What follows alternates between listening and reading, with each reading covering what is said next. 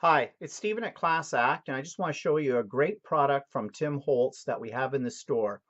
This is a series of debossing folders that allow you to put little sayings onto tags, cards, or on parts of your scrapbook paper. What these do is deboss the word so that it's raised, but you can also, with the special tool I'm about to show you, can make a shadow effect. And this little tool is great for this because it keeps the ink where you want the shadow to appear and does not put ink where you don't want it, like on the background of the tag or the card. So, just before I show you how this works, let me explain the debossing folders. They come in packages of 6, and they're each a different theme. We have Family and Friends set, which has words like happiness, together, grateful.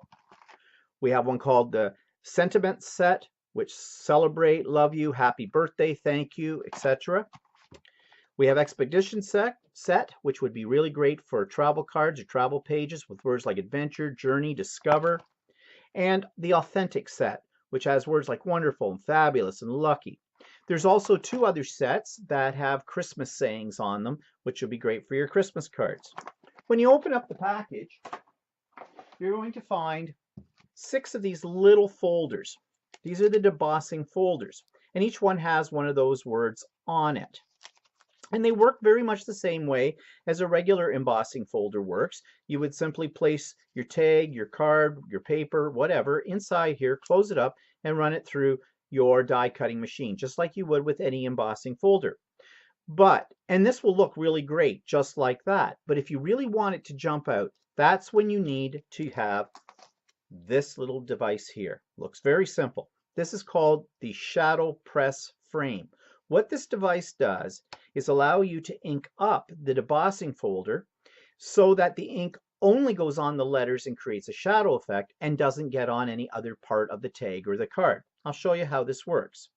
Now what you'll need for this is also some ink, and I'm going to use Black Soot Distress Ink by Tim Holtz, but you can use any color and any ink you desire. And I've just grabbed myself a blank tag here. So here's my ink, and you need a brayer. And the brayer is what you're going to use to ink up the sediment. So the first thing I'm going to do is I'm going to get my ink onto this, and the best way to ink up a brayer with one of these pads is simply to do what I'm doing it, tap it, and lift it up and down to get that flow. I'm just going back and forth here in the center, and this is a Tim Holtz brayer as well, but you can use any brayer that you like. The reason I like this one is because it's got these little feet, so I can just set it down and not get ink on my work surface. All right, so you need one of the folders. I'm going to use the happiness one, and when you open these up, you will notice that one side has the raised letters. That's the side we want to ink. So you place this down on your work surface, and I'm using a non-stick craft sheet. This is a silicone one that we sell in the store. I really love this sheet. This is great, holds things well, cleans up like a charm with almost anything you get on it, with the exception of alcohol ink, I have found. But that's for another video, another day. And you lay this on top. Now, you will notice there's a little tab on the end of this, right here. That tab points up, so you know that's the position you want this to be in. You want that tab pointing up because there's a little track all the way around on the inside of this. And I think I just lied to you. No, I didn't. That's right. There's a little track. It's very subtle on the inside of this, which raises this little plastic piece just slightly above the folder. And the reason you want that is because when you put the ink on, it's only going to go on the letters, not on any other part of the folder. So once you have it in place, simply put down your brayer and ink. You don't need to press too hard.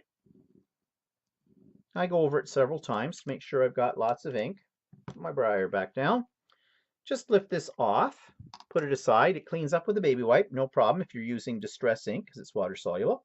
And you take your tag, and you're going to position your tag where you want the words to appear. I want them a little bit off to the side, so I'm just putting it this way. Okay, set that aside. You're going to make your sandwich. Now I'm using a Vagabond, but a Big Shot will work, a Cuttle Bug will work, whatever your die cutting machine is. So follow the manufacturer's instructions for how you make a sandwich for an embossing folder, and it will work for this. In my case, I have the platform. I've got a clear acrylic pad, and I'm putting another cutting pad on top.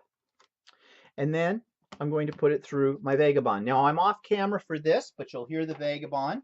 But I think everybody is familiar with how to run an embossing folder through the press. And I like to run it through a couple of times just to make sure the ink's on here well. Take it off the sandwich and put that over to the side and open it up.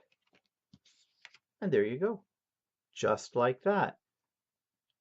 Now you will notice that I did a little boo-boo here. I didn't quite line it up properly. That was my fault, not the fault of the apparatus, but you can see how the letters jump out at you with that. And think of this in other colors. Think what you could do with this on cards, on scrapbooking pages. So that's the Shadow Press frame by Tim Holtz. This sells for under $5 at the store, and the debossing folders as well, and they sell for under $15 for a set of 6. Well worth the investment. You'll have some really cool effects. So come back to us again another time and see another tip on some of the products that we have in the store. Bye for now.